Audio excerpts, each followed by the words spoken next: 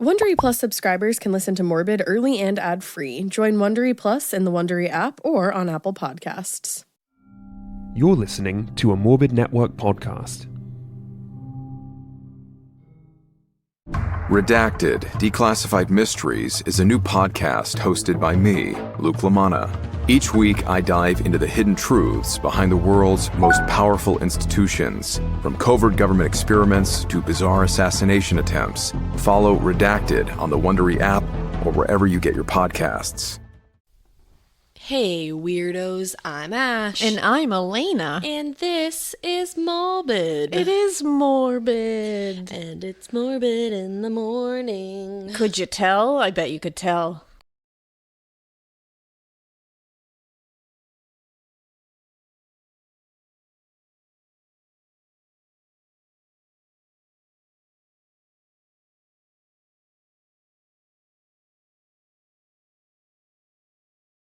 Yeah. Oh, you know what somebody said, you know how last time I was like, Elena, that's not how the song goes. Somebody was like, oh, that's like Troy and Abed. Like, it sounds like that. Like their little radio show. Oh my God, you're right. Yeah, and I didn't even think of that. That's very true. I mean, that's like not what it is, but it's fine. I'm kidding. We love a Troy and Abed moment. Oh, I love Community. We truly do. It's on Netflix. It's on Netflix, do it. Oh, and shout out to my community college brethren, because we used to think that they watched us in community college. I think they did as well about it. So you used to tell me stories, and I'd be like, "Yeah, but I saw that on that episode," and you're like, "No, I did that first." Heck yes. So we're like, "No, we did that." And listen, Joel McHale, it was me. I'm saying. So shout out to you guys. You know who you are. Hell Joe yeah. and Sammy and Jeremy. And everybody. I only know Joe, and Joe Crow is the best. Joe Crow, we love you. So yeah, I think there's really not a lot, at least right this second, going on in the true crime world. Yeah. I think everything's still for a moment. But I did see, and I'm really excited about it, and I'm sure everybody else will be, that BuzzFeed Unsolved has a new season out. Oh man, our male counterparts. Shane and Ryan. And I truly think we're them. I really do. And I truly think that we need to collab with them. I'm going to manifest it right here, right now. Shane, Ryan. You're invited. We're ready to do this. Let's get it. So let's do this, because it would be amazing. That would be so much fun. I love BuzzFeed Unsolved. I do too. So much. You actually got me into it. Yeah, I love it. So I was excited to see. I think I saw both of them tweet a couple days ago that there's a new season. So go check that out. We're promoting them just because we like them. We're not being, this is not an ad, I promise. But I think that's really all we gotta go over. I think so too. This is your episode, not mine. So. This is my episode, guys. What you doing? So let's do this. So today we are going to be covering the case of John Edward Robinson. Oh my God, do you know that I thought you were doing an entirely different case? And I was like, I almost went to say it with you, and then I was like, You're like, oh, what? No, that is not what I'm doing. Excuse me? No, I actually switched up my case at the last second. Shocking. Yeah. Crazy for I know, you. it's crazy. Wild. Because I am going to be redoing the Black Dahlia case. Mm-hmm. So I think that's going to be happening as well in the next week or so. Cool. But I wanted to put a little more touches on it, so decided to push it. So here we are. So here we are with John Edward Robinson. And just to give you a quick so this is going to be a two-parter. Nice. This is a very long case. And the first part is going to have a lot of scamming. It's going to have a lot of fraudulent activity. It's going to have a lot of theft. Okay. It's going to have a lot of adultery. It's going to have a lot of that shady shit. And then there's going to be a little sprinkle of ooh, is that murder? We're not sure. Little sprinkle. And that murder? Part 2 is going to be oh, that's murder. Oh, okay. There's going to be a lot. Spoiler alert. So just letting you know, part 2 is going to be whoa, murder. And this one's going to be ooh, lots of shady shit. Okay. Just so you're aware. I'm excited. So June 2nd, 2000, at least 5 women's bodies were found in barrels on John Edward Robinson's 16-acre property near, I don't know how to say this, so I'm going to look it up, Kansas, because I love you. Lacine, Kansas. Okay. See me? Lacine. It's not spelled that way at all. but Lacine, Kansas. And he also had a rented storage unit in Raymore, Missouri, and the bodies were found in both of those locations. So this sounds like straight up murder. That's not a sprinkle. Straight up murder, but we're not going to get like into all these murders It's like in a part dollop one. of murder. And these weren't his only victims. Oh. Soon, an entire crazy background of just like lying, adultery, frauding, scamming, shadiness, Yucky. being gross, being dumb, just comes Being rude. comes rushing forth like a tide, Like a typhoon. like a tidal wave, I was gonna say that next. You like a sob. tsunami. I was gonna say that next. There like you a go. See, I got you. cyclone. So let's talk about John Edward Robinson. Yeah, let's. He was born December 27th, 1943. So the day before me, but many years earlier. I Let's knew. make that clear. I knew he had Cappy energy. So he's a Capricorn. He was born in Cicero, Illinois, and he lived in, a nice regular normal home at 4916 West 32nd Street. I'm getting the vibe that this was not a nice regular home. It was just a regular home. He was the second of 5 kids. He had an older brother, Henry Jr., and a younger brother, Donald. He had 2 sisters, Joanne and Ellen, and he got along with his younger brother, Donald, really well. Okay. Like, they remained close for a long, long time. He hated Henry Jr., his older brother. Okay. He got along with his sisters, but definitely was more close to Joanne than he was to Ellen, according to sources. All right, we've got a dynamic, everyone. We've got a dynamic. And the book that I used for a lot of this research, I used a lot of articles, and I also happened to find a book because we know I love a good book on a case. It's always just so helpful. It is. I love getting a good book because that's where you get the most meat. stuff. Yeah, that's where you're gonna get like the good stuff. So this book is by John Douglas. You might know him from the FUBA, the FBI, and it is called A True Story of Sex and Death on the Internet. Anyone You Want Me to Be. Oh, I'm saying. I'm about to read that. So it's by John Douglas with Stephen Singular. That's why I said Douglas. So John Douglas with Stephen Singular. I will link it in the show notes. But yeah, so that it's a really good book. Got a lot of information. You got to read it. And this involves the internet, huh? This involves the internet. That's always because why scary. not? So the family kind of kept to themselves. They were quiet and chill, according to neighbors. There was nothing like crazy happening there. Okay. His father, Henry, was a machinist for Western Electric, and he was also an alcoholic. Bummer. According to all sources, though, he was very loved by his kids. He always went to work. He always got his work done. And at least when he was sober, he was known to be a good father. All right. It was nothing crazy. When he would drink, he would definitely throw a wrench in things.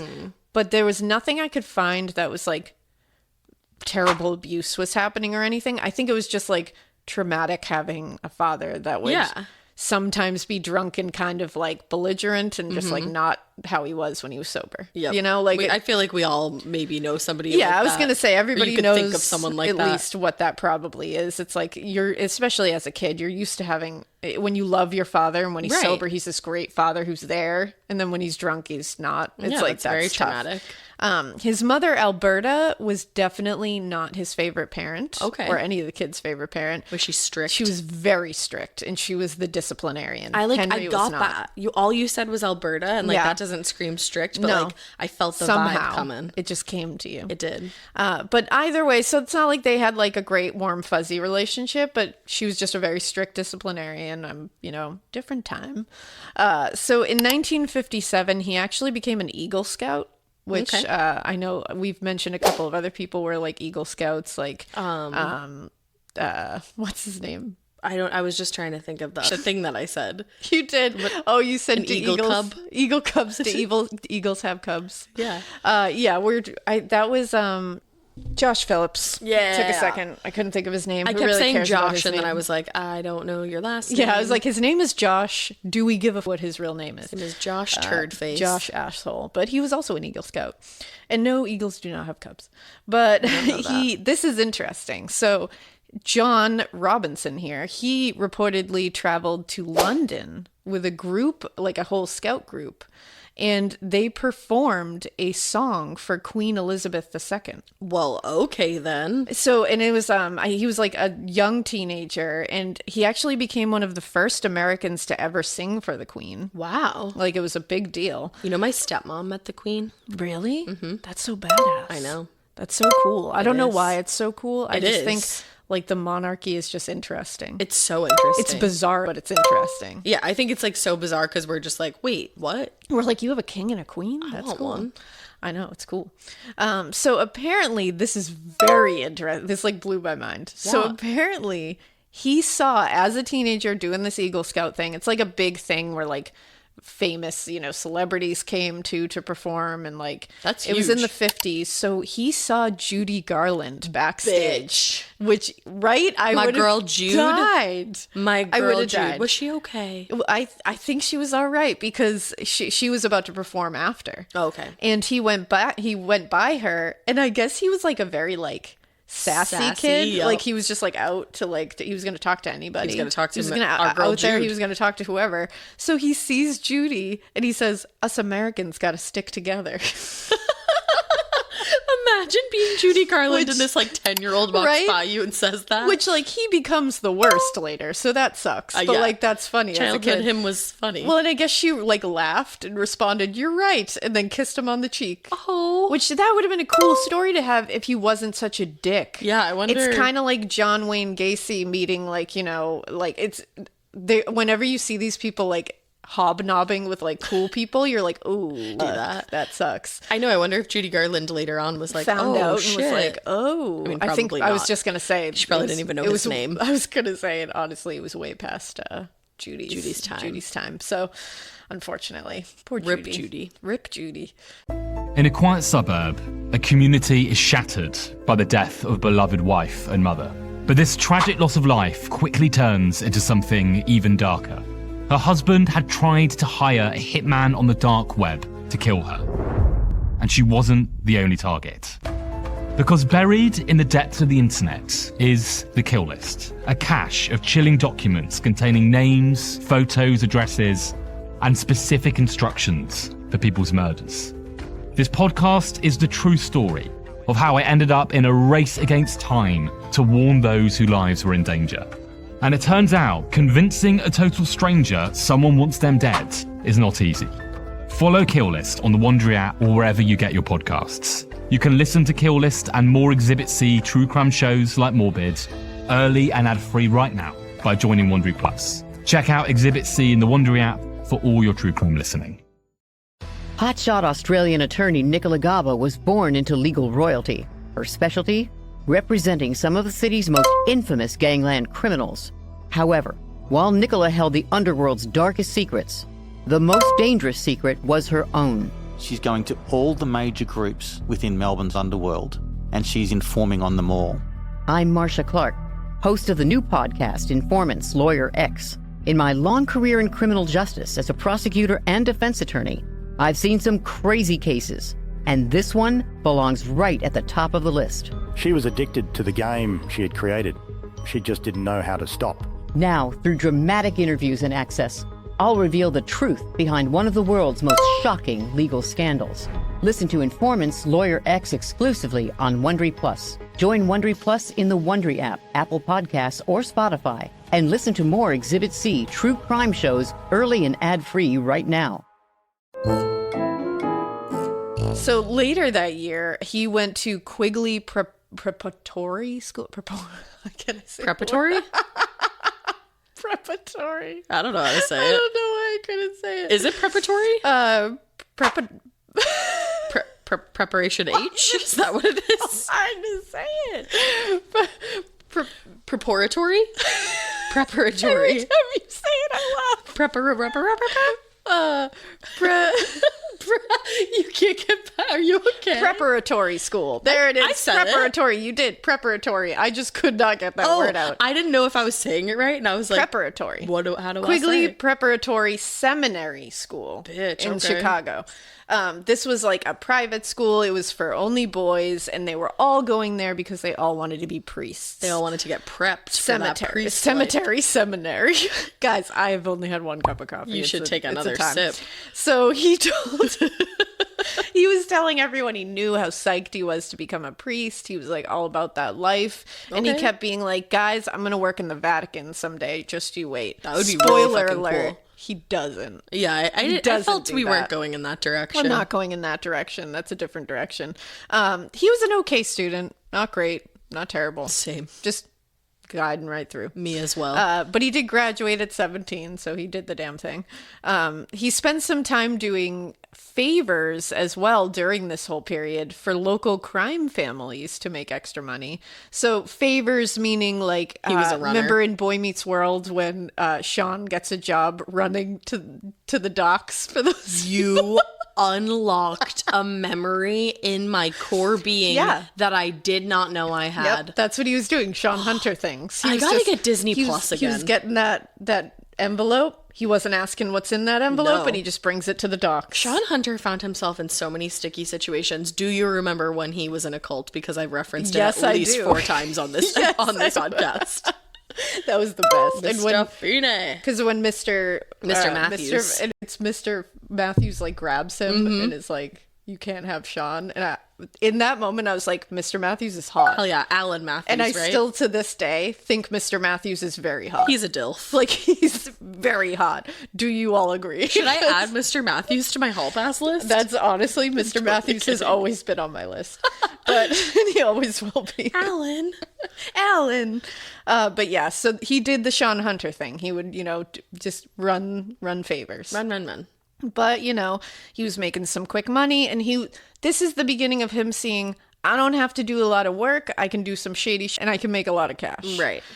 Not a great thing to be taught. The system is fucked. But still, in 1961, he did go to Morton Junior College in Cicero, and he wanted to become an X-ray technician. That was his goal. So he realized, like, when he started working for crime, that he was like, I think he just like gave it up. Like, I didn't see anything for like why. He just all of a sudden was like, eh. Yeah. I think this is the thing. As we'll see, he's kind of like I don't know why I'm making so many television references. I love it. I'm so here for it. But he's kind of like an evil Tommy Haverford from Parks and Rec. He has a lot of big ideas. Okay. And he's going to go in a million directions, but he's not going to, none of them are going to pan out. He's just throwing pasta at the wall and just seeing if something sticks. Okay, gotcha. But Tommy evil Haverford. Tommy Haverford. Oh yeah. I'd like to see that depicted. So he did go to school. He did want to become an X-ray tech, and he did get a job as an X-ray tech at a Chicago hospital. Alrighty. So far it's like, okay. All right, you had a moment, the Sean Hunter moment, and that's okay. We've all had that. Sean Hunter had that moment, and he's okay. He turned out fine. So in 1964, he met Nancy Jo Lynch. And she was this adorable, pretty lady, and she's just like, hello, John, and it's like the 60s, up? Yeah, right? and it's the 60s, so she probably had really cool hair. And great glasses, I bet. Yeah, and cool makeup. Yes. She probably had high boots on, Oh, was that a thing? In a short skirt. Oh, yeah, like yeah. 60s, Duh. She's mod. But they got married in 1964. She was pregnant with their first child very quickly, actually before they got married. So they got married while she was pregnant. Okay. And which is fine. Yeah. I said it like they got married when she was pregnant. Scandalous. And he was born, the oldest one was born John Jr. in 1965. Later, they did have a daughter, Kimberly, and fraternal twins named Christopher and Christine in 1971. Cute. Adorable.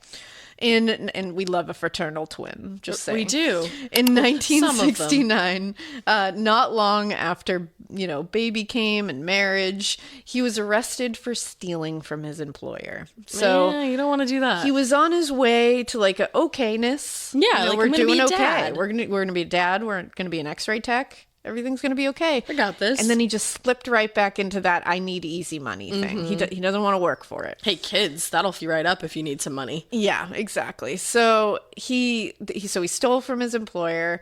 His employer ended up finding out, and he just begged them not to charge him, and he promised to pay back the money he stole, and they agreed. Wow. So now he's seeing that not only can he make money doing shady shit very quick, but now he can charm his way and use his charisma to get out of things, even when he's been caught red-handed. That'll set a precedent. It's a bad thing.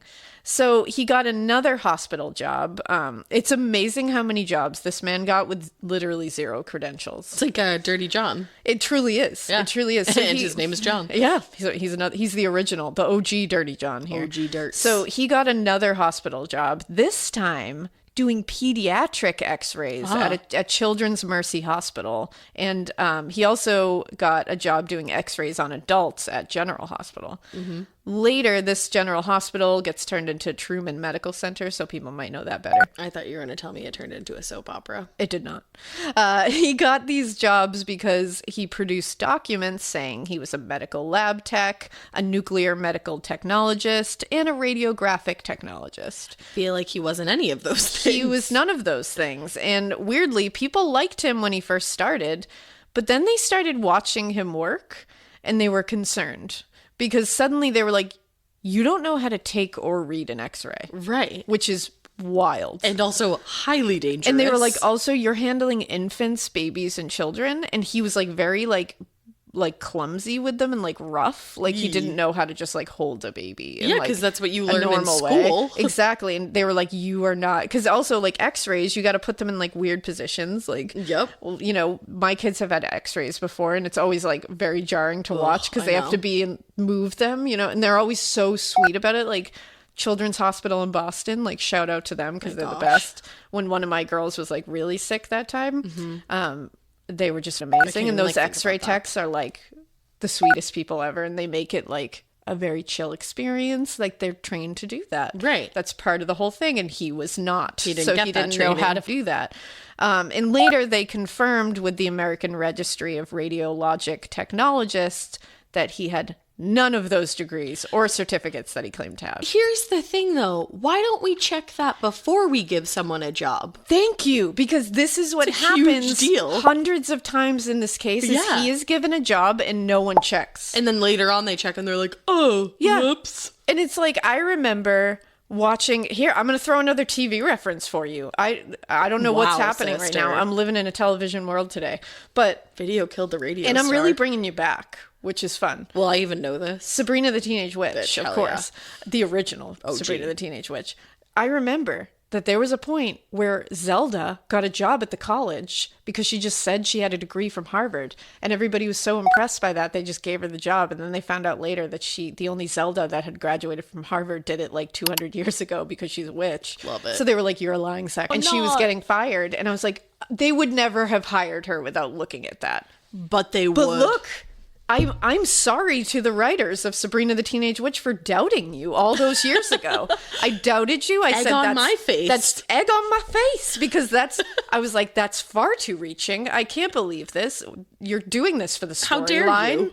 I don't appreciate it. Like magic? Okay, I can accept that. But like talking cats, I'm here for it. Absolutely. Like another realm with Drell, who is actually Penn from Penn. I'm done. You gotta go.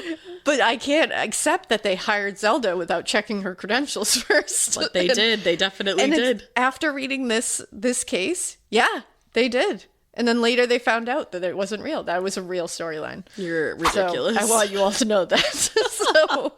So yeah, he didn't have any of these degrees, none of the credentials. They found this out later and they were like, well, coworkers also said that he was actively all the time trying to seduce them. Yeah. He was married with children, remember? I was just waiting for that part of the story. And he spent nights out at clubs, leaving his wife at home with all the children. Very good fellas. Very good fellas.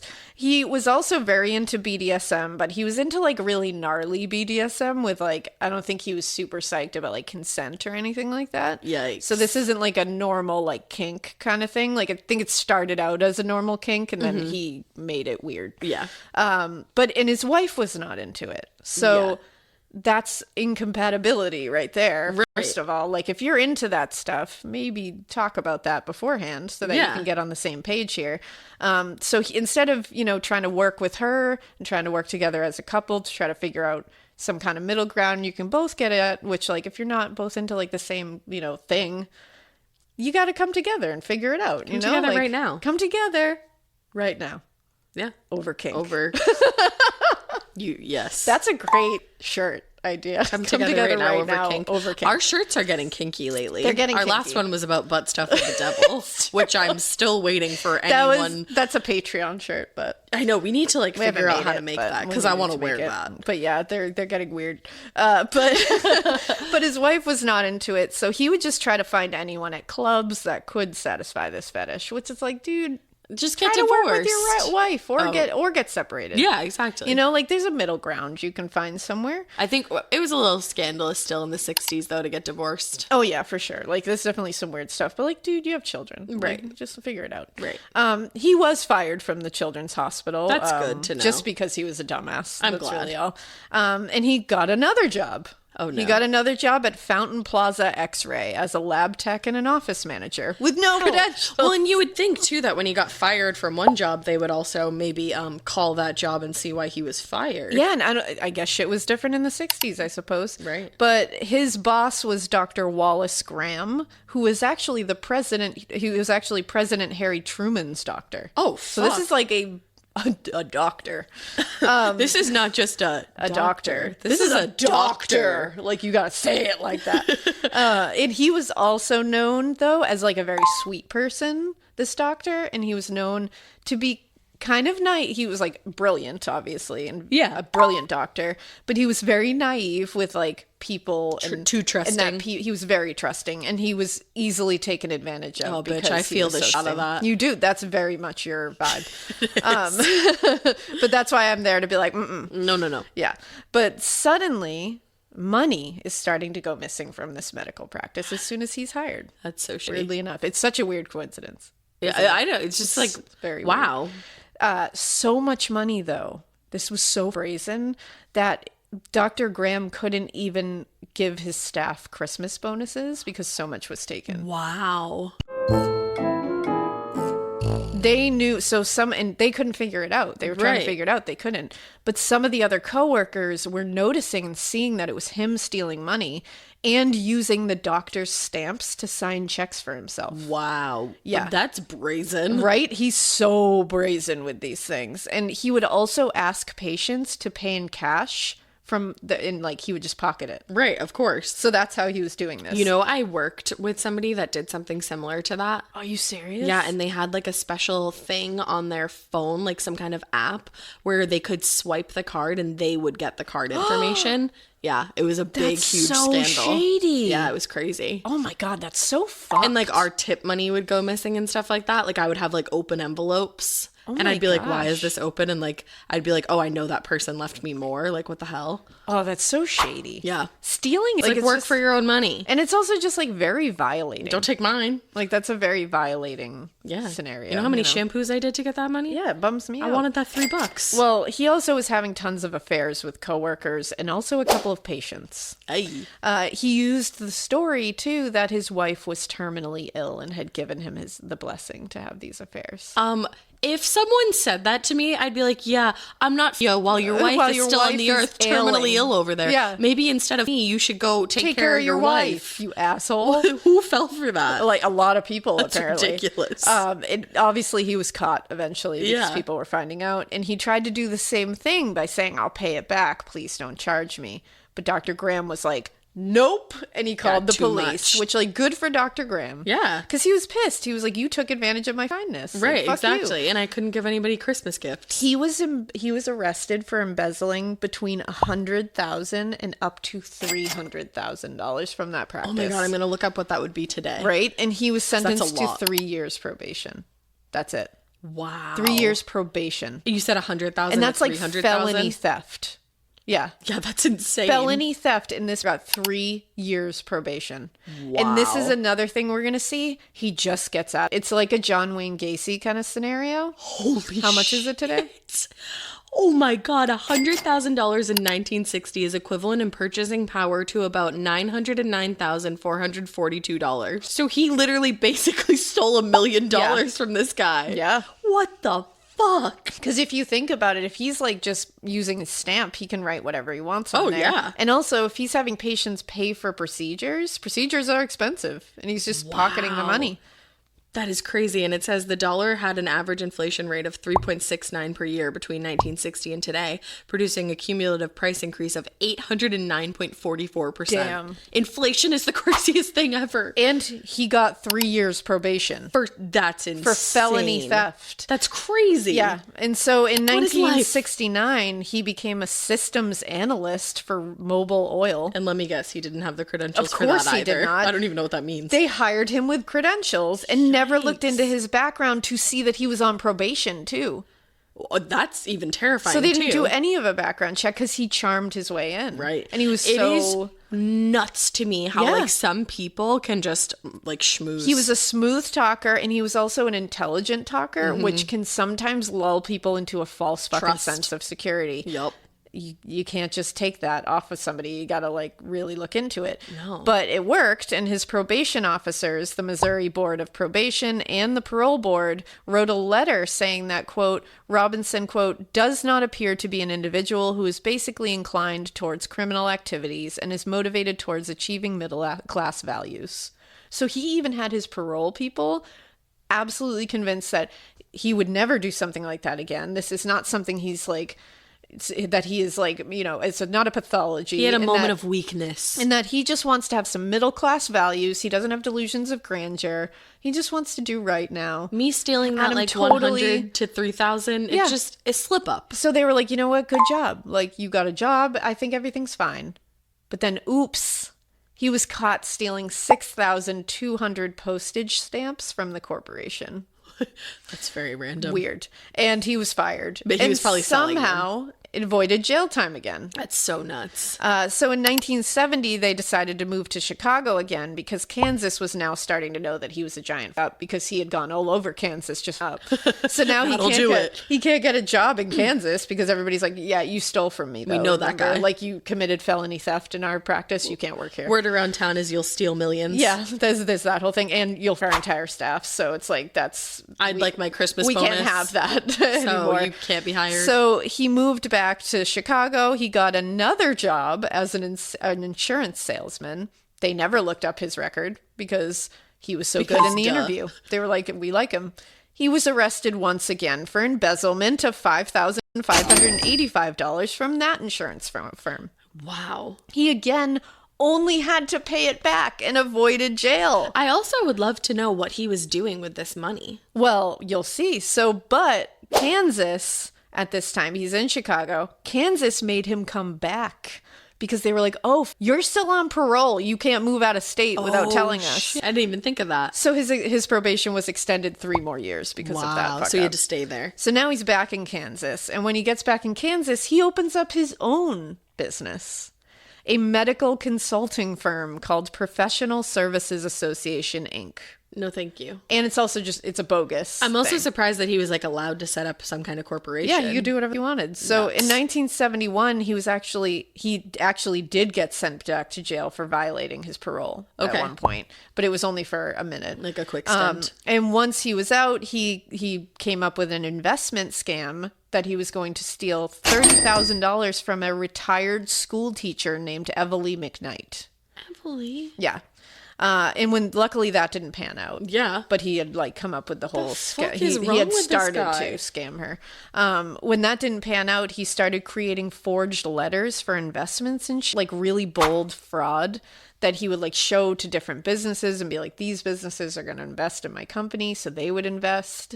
Wow. Yeah, and he was caught. And they probably lost a ton of money. Oh, they lost a ton of money. And he was caught and he was charged with false representation, securities fraud, and mail fraud. Wow. 6 months after that, he pled out to charges of interstate securities fraud, and he was only given probation again. And those are all like high class felonies. Massive charges here, and he got probation again. Like mail fraud is like I'm like, what? Mail fraud, false representation, and securities fraud. Damn. So what was he doing with all that money, you asked? Right, thank you. What? Well, he moved his family into a very upscale home, a mansion. So did Nancy Joe know what he was doing? I have no idea. I think she just knew that he was like a scammer and was just like, but I also think he had her convinced that he was a businessman. Probably. And he was just getting like by the system. Right. So he moved into a very upscale neighborhood and a huge house in Kansas by using the money he stole. He became a scoutmaster for his kids, a baseball coach. He was a Sunday school teacher. Wow. He starts like just he BTK'd it. Like he started being like, I'm gonna be a BTK. And I'm gonna say like at least he was there for his kids. He was. Somewhat. But he also like bought horses. They had stables on their property. It's like, just so sad because it's like you could have made this for yourself. Yeah, like, you could have had a great life. Save your he did go to college. Like he had a skill. You know, it's like save your own money and you could get there. And that's the thing. It's like just work hard, man. Right. Like because how does that feel good? And it's like he had all the opportunity given to him. Right. It's not like he wasn't given the opportunity or wasn't in a position to have like privilege like this. Right. He was in.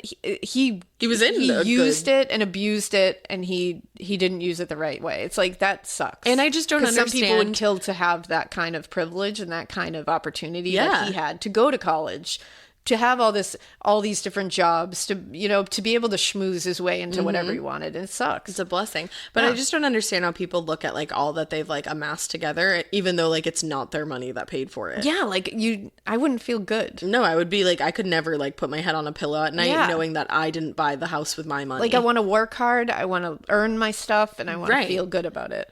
And he also was like the local Santa Claus during Christmas. Like Santa's a fraud. Which he also like looked like Santa Claus when he got older, so that's interesting. Like this Santa's a fraud. Like not this Santa. Santa's a fraud. That guy's not a fraud. People knew him as a good father and a family man around town. Okay, you're right. And he worked on a committee that hired volleyball refs for games around the schools. It's very random. He took charge of the Pleasant Valley Homeowners Association. That's where he lived. That's also very BTK-esque. Yeah, because not only that, like he took hold of it, and like BTK, when he got like a little power, he became like a little dick. He's like a tyrant. And so he actually made one of his neighbors come into court because she wouldn't use wood shake shingles to re-roof her house after it was hit by lightning. I'd also be like, you really want to take me to court? Yeah. You want to step into that building with me? And apparently he did. What a fucking He's so brazen. Yeah. So then he's like, I need a new business. So he decided to create a new business called HydroGrow Inc. And it was a hydroponics, which it's like a method for growing veggies inside, like an indoor kind of thing. He also made a huge pamphlet about it, like this huge, like 70-page book about it called Fun with Home Hobby Hydroponics. Well, and if you have the time to like sit down and write that, then do it. Then actually do it. That's exactly. the thing, like, just go for it and do it the right way, and like really put your like nose to the grindstone and work that business into a real business. You sat down and the foundation. Yeah, you got the plan. He just never. That's what I'm talking about. He has like the plans, and he has the ambition for like a minute, and then he doesn't want to do any of the work. Right. He just wants the reward. Right. So in that, he wrote about how he hoped by reading this pamphlet, you would, quote, form an acquaintance with John Robinson as a sensitive and stimulating human being. John Robinson's lifelong goal is hydroponics, and it's as far-reaching as his imagination. That's what it said in the book. That would sell me, to be honest. I'd be like, I'll invest. A long-lasting relationship with you and your hydroponics. I'd love to be your acquaintance. He ended up using his business to swindle a friend out of $25,000 who had hoped to get this, like, who had hoped to invest in this to help get health care for his actual dying wife. Awesome. So, but he scammed him out of $25,000. Awesome. That's great. We love to hear that. So, fucking John Robinson is literally a demon already, and he hasn't even murdered anyone yet. In 1977, he talked his way onto the board of directors of a local charity organization. No, he scammed a charity, didn't he? Yeah, and he also forged letters from this charity's executive director that were supposed to be to the mayor of Kansas City. So he forged letters from the director to the mayor, and to other like leaders in the community and all that. And basically these letters said that he was this amazing charitable man. It was saying that, you know, he was volunteering. He was just this hero, basically saying that he was amazing. He should be man of the year. Yeah. And eventually he had himself named this charity organization's man of the year. He threw a huge awards like banquet in his own honor. Everybody thought that his wife and his kids thought that he had been named man of the year by like the mayor. The mayor thought this was all on the up and up. What? Yep. Also, all I can sing in my head right now is Schoolboy Q's Man of the Year. Thank you. I know you don't know that song. Thank you, I don't. And he was caught for fabricating this entire thing, fabricating the award, honoring himself with it. He had created the plaque himself. What? The press release around this he had made himself. What? The Kansas City Times ran a scathing story once it all came out that was entitled "Man of the Year Ploy Backfires on Honoree," and it was honoree in quotation marks. Oh my God! So he was totally the exposed. shade, He was the totally tea. exposed. Meanwhile, Nancy, his wife, is starting to fall apart because her husband was such an embarrassing piece. Yeah. He keeps it, and now his children are getting like teased about this. Like his dad's their dad's an asshole. And she's probably worried that they're going to lose everything because nothing is even real. No, around and them. she's finding out that he's having affairs with people now. Nancy Joe. But the thing is, his children still love him. And so even when she would finally get up the courage to like throw him out of the house, they would beg her to let him back in. That's so fucked up. And so she would. And she doesn't because want to break was up like, her I don't want to family. like break their hearts. So she was Four going to fucking file for divorce in 1980, but she didn't. She stayed. And she tried to keep the family together. She tried to like please her kids. She just wanted to take care of her kids. I feel so That's all she bad for wanted her to because do. I can't imagine what she was going like. That's such a miserable existence when you have to stay with somebody that you don't want to be with. And that's not who you signed up for. No, you signed up for something totally like this different. is not what you signed up for. Not who you fell in love with. So you were schmoozed. This is when things are starting to unravel. Mm-hmm. So neighbors are starting to see that this picturesque family is kind of, it's like a Salvador Dali painting. It's starting to just like melt, you know, like everything's just starting to melt. And so neighbors are seeing him be a dick to his wife now. They're starting to see him yelling at his kids more. His horses look like they're starving because he's not actually really being an adult and feeding them. He just got the horses to look like he had horses. Fucked up. That makes me really angry. And he really can't handle like adult conversations without propositioning people. Ew. And just being like painfully stupid and a dick around people. Like they were like, what is happening at this point? He's a turd and a half. And he was literally propositioning women who were married and neighbors of his. So now like husbands are finding out that he's doing this because the women are going back and being like, ew, like this guy just did this. And they're like, I'm going to hook him up. Yeah, because it also probably made them feel like a little unsafe in their own neighborhood. Because they're like, what the hell is this dude doing? guy's And then a that's so sleazy embarrassing dude. for Nancy Joe, embarrassing for these children who now their dad's a creep on and they're top of old this. enough to start realizing this all. This actually, he got in like a huge actual physical fight with one of the husbands at one point. I'm not shocked. So so things are not looking good. So in 1979, his probation finally ended. He got a job at that point as an employee relations manager at Guise Foods in Liberty, Missouri. It's like a warehousing kind of thing.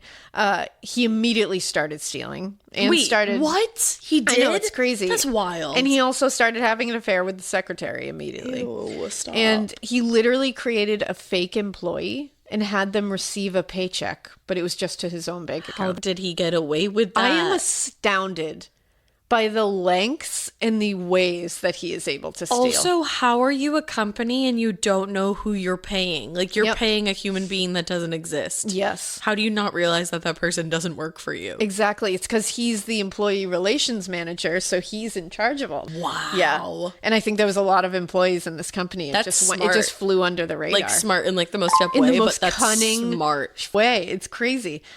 He even used the stolen money to rent an apartment outside of town where he would bring women to carry on his affairs. I was waiting for you to say that, to be honest. Then the secretary, who he's having an affair with, gets pissed. Yeah, because she thought she was the only lady. Well, and she's like, you need to leave your wife for me.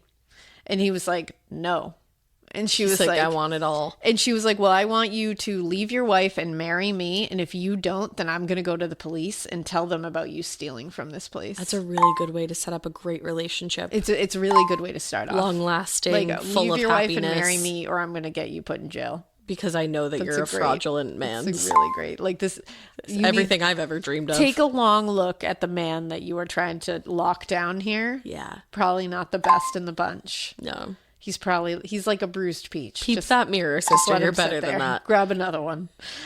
So he wouldn't. He was like, I'm not leaving my wife. Right. So she told. She like kept her promise. Good for her, because I would be scared of him. And he was fired and charged with felony theft. Oh my God. He had to pay 50 grand back. At this point, though, it's like, yeah, he pays back the money every single time. But it's like, then he just steals it So again. why can't we just like put him in jail, and then he won't have to do this anymore, and you won't have to waste your time? Well, this is what's so silly. And they gave him 60 days in jail. It's not a 60 lesson. days. And it was more It's like a vacation. I think in the book, they described it as like a shock sentence, kind of like, ooh, you got put in jail. Yeah. Woo! 60 days. Scare He doesn't ya. give a No, and he's he probably got- like, cool, I'm away from Nancy Joe. I can't stand her. Exactly. Which is And he shitty. got 5 years probation. Which he already did that. It's fine. Yeah. He literally. But he had like- some weird thing with his wife where like he would not leave her. Like he wasn't going to divorce her. He needed to have his cake and eat it too. See, I don't even think that's weird though, because guys do that all the time. I think it's a pride thing. No, it totally is. It's weird. It's though. weird like, to it's do, a weird thing absolutely. to do. And then like it's a have my cake and eat it too scenario. Yeah. So he's like, no, secretary, I'm not going to leave my wife for you. Like I want you, and I also want her. Right. When I go home. It's like maybe enter in one of those polyamorous relationships. Exactly. Then, like, if that's but what it's you like- want. But I don't know what it was with his wife. He But just, also, I don't think he would. I think he probably liked the whole scandal of it all too. Yeah, like he didn't want to be in like. he likes the forbidden fruit. I think that's his thing. And I think he obviously likes the thrill of doing bad shit because he likes the thrill of stealing. He likes the thrill of getting away. He keeps doing it. So he obviously likes even when he gets caught because he's like, ooh, I got away with it again. Let's see if I can do it again. I think it's one of Right. those like, ooh, I can't wait to see what happens next. I'm getting to the point of astrology where I just want to do like everybody's chart that we cover. Like I feel like he has some Gemini in his chart because Geminis are like always like a little bit tempted by like the bad side of I could things. see that because he's definitely got the Capricorn like I want to make money money-driven, yep. but he's definitely money driven, but like in a very different way. Yeah. Like this is He's a January Capricorn, right? No, he's December 27th. He's a day before my birth. Okay. Yeah.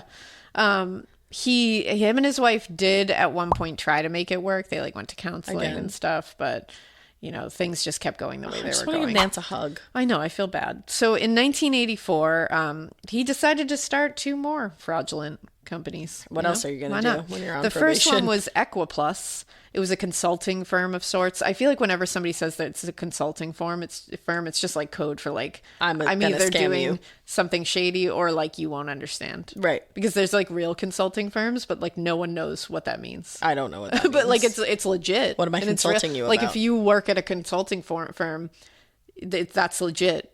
Just nobody knows what that means. Like it's just, and you can say it, and people will just go, "Oh, awesome." That's kind of how I feel about like nonprofits. I'm Yeah, like what they'll does that never mean? ask more about it. Yeah, no. So If you it's a tell good me way you work just to be like shut down the conversation. if you tell me you work for a nonprofit, I'm like, that's amazing, good for you. And then I'm like, Elena, what does that mean? Like, Oh, I love it. It's like a charitable thing. yeah, I know, Yeah. but like, there's so many of them, and everybody There are. works for one. But like, I just Everybody don't get works it. for one. You all work for one. You all Everybody do. does.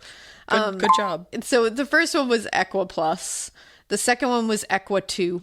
So Equidos. Equidu.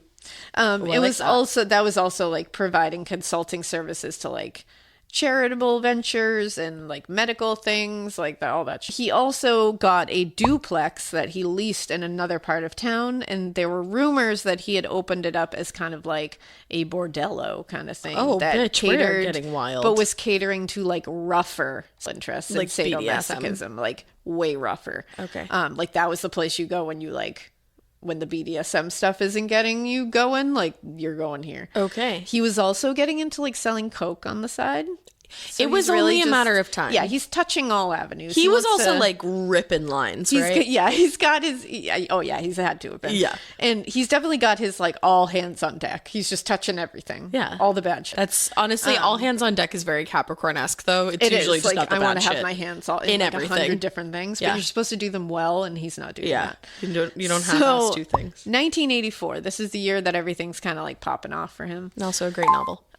This is when Paula Godfrey, who was 19 years old, she came on to work as a sales representative for his company. And he's like old at this point. Yeah, and she had answered a like an ad in the paper, and like, you know, he's older. She was coming to work as like a sales rep, you know, like a normal job.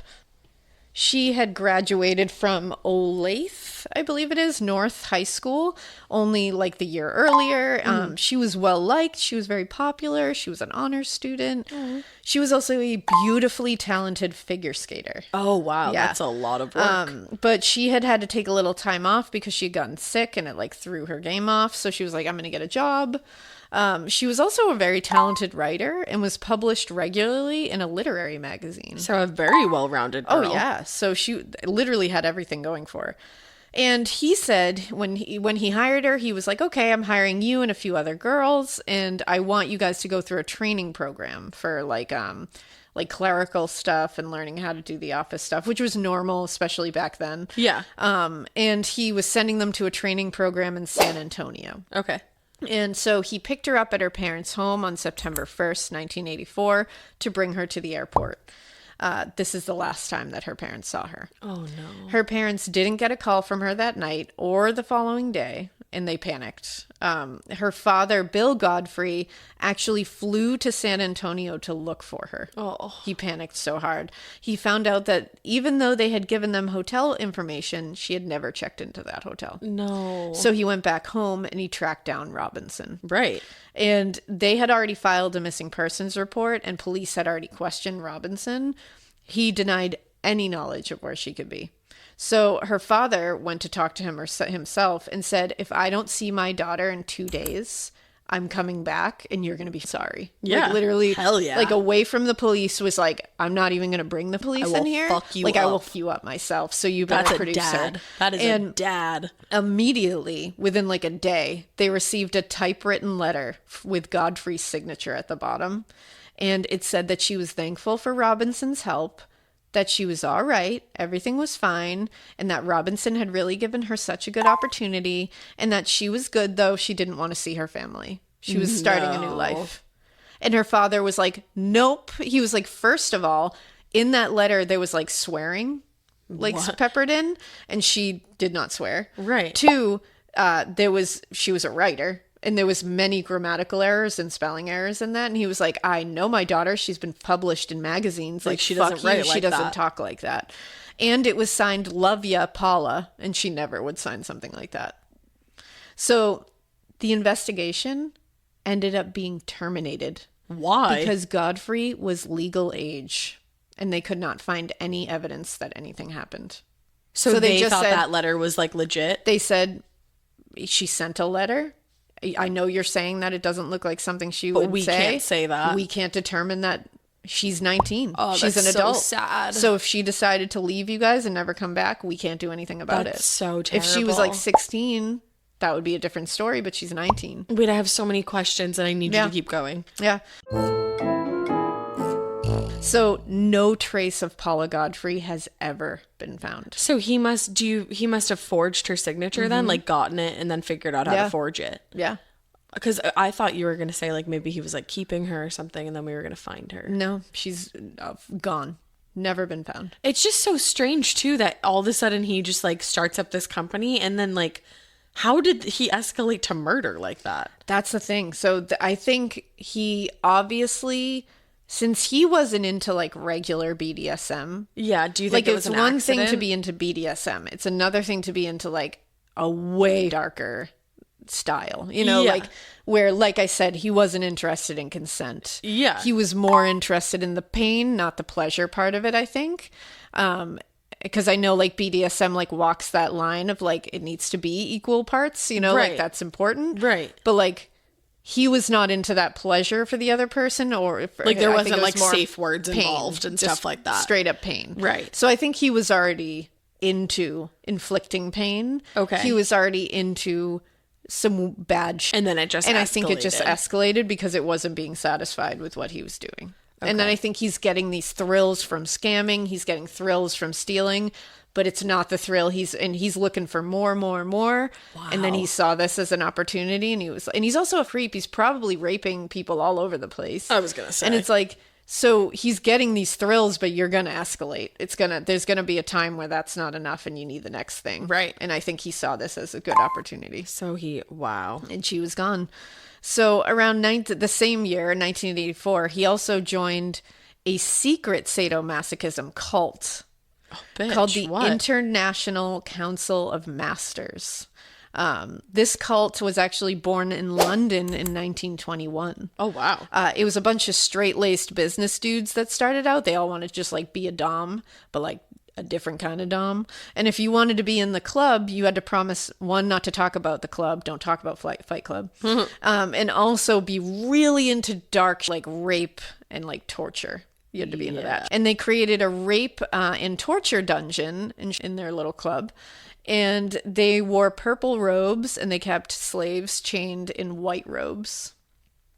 His name in this club that he joined was Slave Master. And he was tasked with luring victims to the gatherings to be raped and tortured by members. That is one of the most up things I've ever heard in my life. And yeah, so how do you go from just being like your everyday scammer, I guess, and then wearing a purple robe and like being in a cult? Yeah. Like what happens in life? What happens? I know you just answered that question, but like what the actual Well, and he started at one point, like later when the internet comes, we'll see, like that's why the internet comes later when the internet when comes? the internet enters the chat. That's so wild. That's when he starts joining like really like sadistic online and starts like using that and to get shit. people. So it's like he's really into, and I think he's always really been into, and that's why he was cheating on his wife. That's why he was getting it elsewhere. That's why he was renting apartments to do his shit. But then he realized that like consent wasn't his thing. But he's realizing that he just needs more. He sees these people as his like kindred, you know, like they're businessmen. They're like me. Yeah, you're not a businessman, my No, dude. you And are also not. those people are as well. And at one point in the mid-'80s, he actually took his family on a European vacation with all the money he's stealing. And he still tried to BTK it by keeping up with the Joneses. He's trying to pretend to be a family man, even though they are seeing, like I told you, his neighbors are seeing it falling apart. Yeah, of course. But he's still trying to keep that Oh, whole desperately appearances. Yeah, that whole facade going, and he's starting these new businesses trying to be like, you know what, I slipped maybe a little, but like here I am, I'm back, I'm a businessman again. It's like, how many businesses can you create in a lifetime? So this is when shit's really crazy. So December 18th, the same year, 1984, there was a supervisor at the parole board that he had been working with. They got a call from a woman, and this woman worked at a local nonprofit group. I knew it was coming. Called Birthright. And this Birthright place was a place where single pregnant women could find support. Oh. And this woman said that this guy named John Robinson called Birthright and told her that he and like 15 other local business owners had started a nonprofit themselves. Yeah, I'm sure. They were calling it Kansas City Outreach, and they were offering a 6-month program that would help pregnant single women gain job training. They were going to give them housing, food allowance, and just like get them on their feet. This is about to get so, isn't it? He said they could live in the duplex he had. That's what he was going to set them up. These young pregnant women. The one that we now know is a dark-ass bordello. And they would each get money, like a stipend every month. And he was asking Birthright to refer some women to them so that they could start helping them. Mm-hmm. So they started referring women to him. But he kept asking, are you ready to see how even she gets? No. He kept asking if they were black or white. And then he would refuse any black mothers. He didn't want to help black mothers. Yep. Dude, he doesn't want to help anyone. I mean, looking at everything he's done, you're like, is it shocking that he's also a racist piece? But to be that upfront about it, wow. Yeah. Well, and to be that way in general that's is so why fucked. they called the parole board, because they were like, ugh. Like, they were like, this is weird. Why is he like only wanting black, like white mothers, Why are and we, like- why is he straight up refusing to help black mothers? Like, this is weird. It leaves a bad taste in our mouth. So There's we wanted to something- call and find out what's happening here. Yeah, there's because I something think off. they started looking into it and seeing that he was also on parole. So they called the parole and were like, "What's happening here? Is he safe or not?" Well, like, I'm not going to send young pregnant women to somebody on parole. I'm sorry. I don't Yeah. care what you're on parole for. No. Well, and they just thought it was weird that he was reaching out to get like young mothers, because they were like, there is like a black market adoption shit that they were Yeah. worried that like they were going to start doing this kind of stuff. Probably. So so they're looking into this now. Now they're starting to investigate it. But while they are doing this, he has already moved on. He's already moving on to look for single young mothers at this place called Hope House, which was a battered women's shelter in Kansas City. This So this is guy a place is where women would go. fucked. Yeah. And they had recently taken in a 19-year-old mother of a 4-month-old girl named Tiffany. Her name was Lisa Stassi. And it was a social worker named Kathy who told her that this group of local businessmen were calling and were all about helping single mothers, and referred her to Robinson. Okay. Which I believe that social worker got in big trouble after this, because like she didn't look into any of this. Good. Like, and just referred this young mother. Yeah, and this look baby. into stuff. He introduced himself to her as John Osborne, and he promised her a job in Chicago as a silk screener. He was going to get her on her feet. He was going to help her get her high school diploma, an apartment. He was going to get daycare for the baby. And so he was like, she was like, this is amazing. This is going to Like, ruin wow. me, isn't it? Because she had been, she had gotten married young to her, this guy named Carl. Things had not gone well when she got pregnant, especially. And he had gone off to the military. And so she was kind of sent to the Alone. shelter and alone. So he actually made her and her baby stay with 2 other young mothers in a motel. And he also made her write down the names, addresses, and number of family members. Why? And then he was like, oh, just, for references and Emergency stuff. contacts or something? Yeah. And so there was one night where she showed up at her sister-in-law's house. And I think she was just going over there for a visit. Like, she was allowed to go over there. Yeah. And so they were talking, and she kind of mentioned that she was like, I don't know, this John guy's like a little weird, but I don't know, like, he wants to help us, but I don't know if he's going to. Like, kind of being like, ugh. This whole situation is getting sticky. And her sister-in-law was like, something's off here. No. And she was like, I don't like this. This does not sound I'm not right. into this. So during and I guess it was like a blizzard that night, and John ended up calling the sister-in-law's house because he had the number. Uh-huh. And he was like, I'm coming to get her right now. And I guess the sister-in-law was like, no, it's okay. She can stay here. And he was like, no, she can't. And he showed up in a blizzard, parked down the street from the house, and then walked to get her and bring her back to the motel. If I was her sister-in-law, I would not let her leave. Yeah. I would be like holding her She back. was really upset, and she was like, but she wouldn't stay with me. Obviously you say that, but in this situation you can't do that. But it's like, you feel like, oh my God, I just want to reach out and grab her. And the next night, she called, Lisa called her mother-in-law hysterical. Oh no. And saying that John had told her that her mother-in-law was planning to take Tiffany from her. What? And that she had to sign 4 blank pieces of paper to like get control of her. 4 blank pieces of paper. And so she was like, oh my God, like freaking out. And her mother-in-law was like, no, like I would never take Tiffany from you. Like, no, that is not true. Like, he's lying to you. And then she don't said, sign that. She said, don't sign anything. And she already had. And she had right? already signed it. And then she said, and the last thing that anyone heard her ever say was to her mother-in-law. And she said, I've got to go. Here they are. And then clicked it off the phone. Who's they? Exactly. So everybody's like, what did she mean? Like, who are these people? Oh my, that is the most ominous thing. And Yeah. that poor mother-in-law to have, like, to think that Tiffany, oh my God, to I know. think that Lisa thought she was going to take Tiffany away. She's Yeah. like, oh my God, I hope you don't think that about me. And then that's the last communication you have with her. Is you trying to be like, they're- oh my God, like, I would they're never here. take her.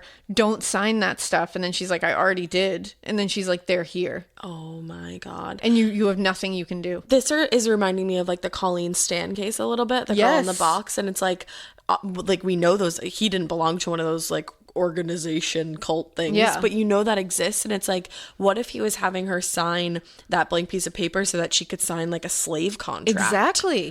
That's what people think might have, like, Oh nobody knows my what God. happened here. That's so ominous. But this is even crazier. Like, this is the part that, like, just blows my mind. Oh my God, how? So the sister-in-law and her brother-in-law and sister-in-law ended up calling the police after this. Sure. And they find out John Robinson paid the hotel bill at that hotel and checked them out. Oh my God. And paid under his own name.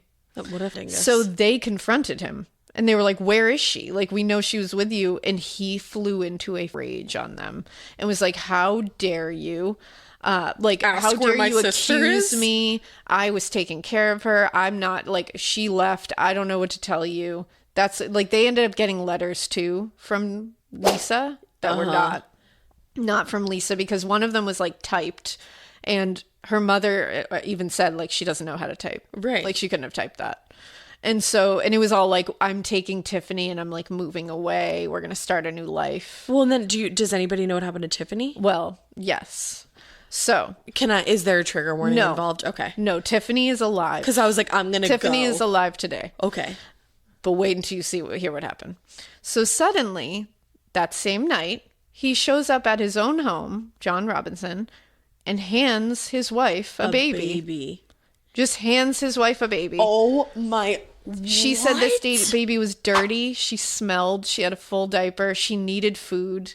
Like, clearly. And his wife cleaned her up. Oh my God. Went out and got her supplies and just cared for her. But did she ask whose fucking and she was, baby well, that and she was like, at first she just took care of the Of baby. course, She didn't maternal even ask. instincts. She was like, she's like, I looked at this baby my and I was like, God. I need to take care of her. Oh my God. And when she had cleaned her up, she was like, hey, who's this baby? Like, what's going on this here? isn't Harry And he Potter. said, okay, so this baby came from a private adoption agency. And he said, I paid $4,000 for this baby. And he said, I did it so that Donald, his younger brother, and his wife could adopt the child because they were struggling to get pregnant. And he said, I take care of my little brother. Yeah, I told steal him I would babies help for him. And so he said, they're flying out tomorrow and they're going to take her home with them. So do you think that's why he started this whole thing? Like, part of the reason?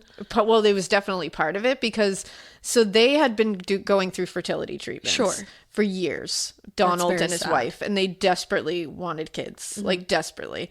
And he had told his brother this a year earlier. This was only a year earlier that he really found out about this at like a family reunion. Sure. He had like opened up to him and said like, we're thinking about adoption, but it's like really expensive and we really want a baby.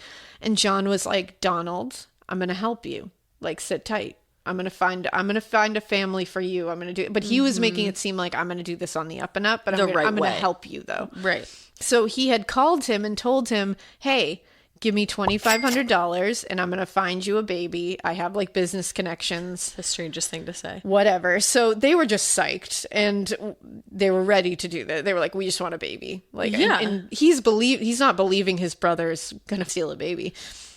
So he's like, I'm paying. I will pay the adoption fee. Absolutely. It's like they don't just give you a baby like as a transaction. So, but he called him and said, a baby, a family has up. come up. A baby is available for adoption.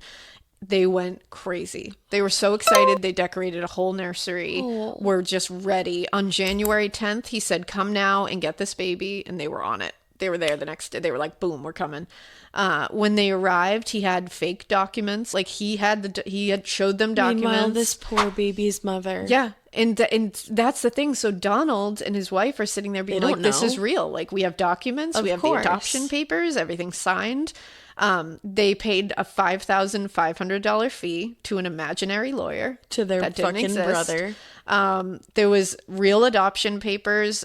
There was signatures from a lawyer and a judge on them. Like, What and I say that with air bunnies. Yeah. And he said he was telling, so they were like, oh, like, how did you find this family? Right. And he was like, well, that's the thing. And he said, this baby's mother committed suicide. And he said, Literally go fuck she yourself committed 10 ways to suicide Sunday. in a motel.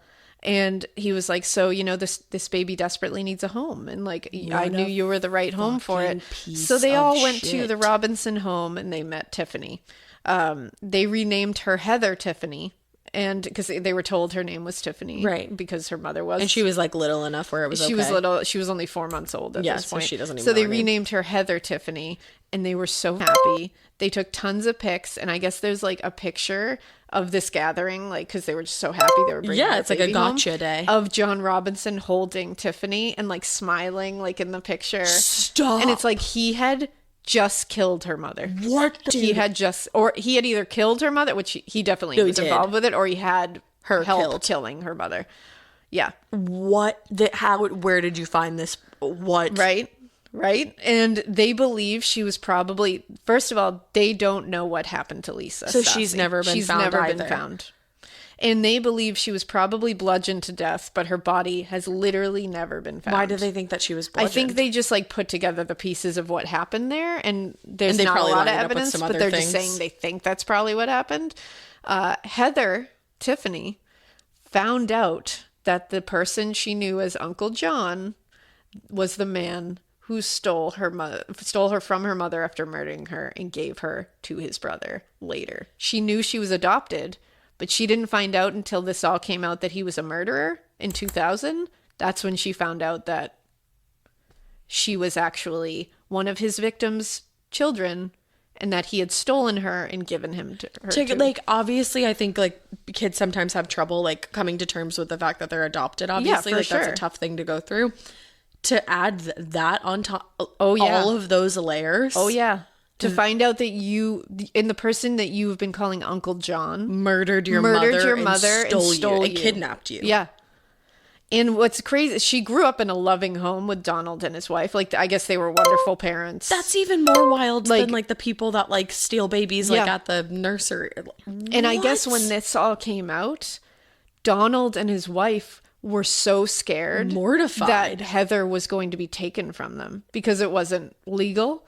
And I think she was only like 13 or something at the time. Like she was young enough that they could have, and I guess they were like panicked. Like because they were like, we thought we legally adopted her. Like she's not our child. But then they have to sit there and prove like their intent. How do you prove intent? That's the thing. And so they did end up legally adopting her, I'm luckily, glad. because they were, like she said, she's like, these are my parents. Yeah, like they raised me and Like they they're did well wonderful by me. parents. I love them. And like, but she was like, and then Donald finding out that his brother murdered somebody and then stole the child to And give then to made him pay for the child to like. and then like forged adoption papers and like made him live with this now. Well, that's the other thing. It's like you're putting that guilt on somebody else that doesn't deserve that. Like you have rocked this person's world. This is easily one of the craziest Isn't it cases you've nuts? ever told me about. And I'm just gonna, so a few days after she disappeared, I told you like a letter was sent to her family. Lisa, right? Yeah, Lisa's family. And they were typed letters. And Kathy, the sister-in-law, actually received one. And because remember, like he asked for family members' names, addresses, telephone. This is why he does this. So later he can Cover send his these tracks. letters. What a piece of garbage. And her letter said, "Dear Kathy, I want to thank you for all of your help. I have decided to get away from this area and try to make a good life for me and Tiffany. I borrowed some money from a friend, and Tiffany and I are leaving Kansas City. The people you referred me to were really nice and helped me with everything. I'm very grateful for everyone's help. I will be fine. I know what I want, and I'm going after it. Again, thanks for your help in Hope House, and thanks for telling me about outreach. Everyone has been so helpful. I owe you a great deal." Again, she couldn't type. right. That's a real long, really coherent letter to type For if you someone can't that type. doesn't know how to type. And also, you didn't leave with Tiffany because Tiffany was given to John Right. Robinson's brother. So did her family also find that out later that Tiffany was alive? Like, Yes, and I guess Carl, the father, ended up wanting to be a part of her life, but she didn't want to be a part of his life. Yeah. And it got like really weird and kind of Messy. messy. She did get to know Lisa's mother. And So her grandmother, but her mother her ended up passing maternal away. grandmother. Yeah, but her maternal grandmother and her did have a relationship. well, that's good. And I think she ended up getting to know like Kathy and the Yeah, she deserves to know mother-in-law as well. Her birth mother's family. But it's such, I feel horrible for Heather. I feel horrible for Heather and I feel horrible for Donald and Yeah. his wife. Like, It's truly out. And then like what a situation So to just many put people. somebody into. so many people were This harmed guy in is this. up on literally like every imaginable level. Yeah.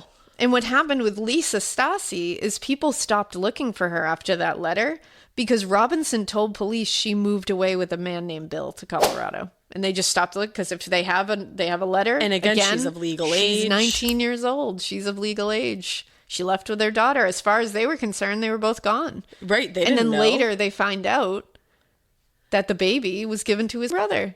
But like Nancy Joe, like I'm like, Nancy Joe. You know that your husband's a shady if he shows up with a dirty baby. That's it. And like, I know like her first instinct was, which I'm glad it was, to take care for that baby and like get her clean and stuff. But you gotta question things. Then you have to go to the police and say, this is what's happening. Yeah, my husband is like a known wild scammer. He does all this shady shit, and he showed up with a baby. With a filthy baby. I don't want to blame Nancy Joe, obviously, but had she gone to the police and told them this, maybe this would have been solved, and they could have looked for because Lisa they could have said, like, and they could have at least looked into this baby and been like, who is this? Looked into the connected the paper, because dots. Donald would have produced the papers and been like, these are my adoption papers. And they would have been like, these are fake. These are fake. These aren't real lawyers. Well, and like I would assume that like they fingerprint babies, they could figure out who this baby belonged to, and then John Robinson finally could have gone to jail. So it's like I think a lot of people, including probation officers, parole people, family, police officers, family,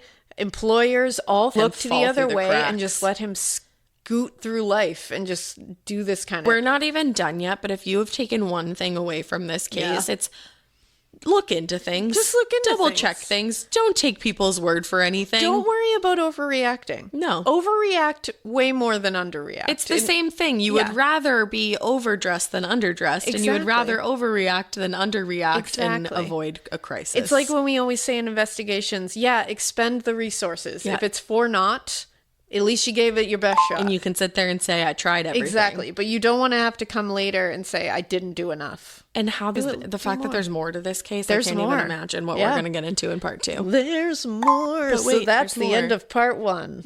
Good, because my head is like, it's like when you wake up in the morning swirling. And you're hungover.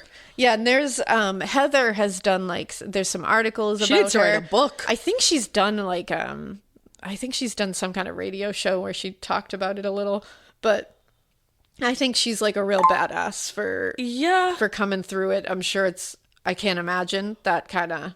I'm not kidding you, world rocking situation. Like she must feel like still to this day, it must be a crazy thought. And also she's beautiful and she was so adorable as a baby. Oh, Heather. The cutest little 4-month-old I've ever seen. And when you see pictures of her like as a toddler and stuff growing up with Donald and his wife, like it's clearly a very happy, it looks like a very I'm glad that home. Donald and his wife are like normal, I'm glad functioning she human had beings. a good upbringing. Well, like thank God like John Robinson didn't adopt her. Yeah. Like, I mean, obviously his children had a good life. Like he was able to provide for them and stuff. I guess. I don't know. Like, I don't know. Well, we'll have to see if like any of them had come out at any point and said different, because maybe it was all a facade. Yeah. So well, and like it sounds like Donald and his wife were happy and everything. So. Oh yeah, yeah. So wowie kazowie, it's a real situation. So wow, hang tight for part 2 of John Robinson. Well, friends, we hope you keep listening. And we hope you keep it weird. But not so weird that you literally, I'm too shook right now. Not so weird that you literally scam the entire world. The entire nation. And murder someone and steal their baby and give not it so to your weird brother. That you steal a baby ever. Yeah, don't do that. Oh, God. Bye.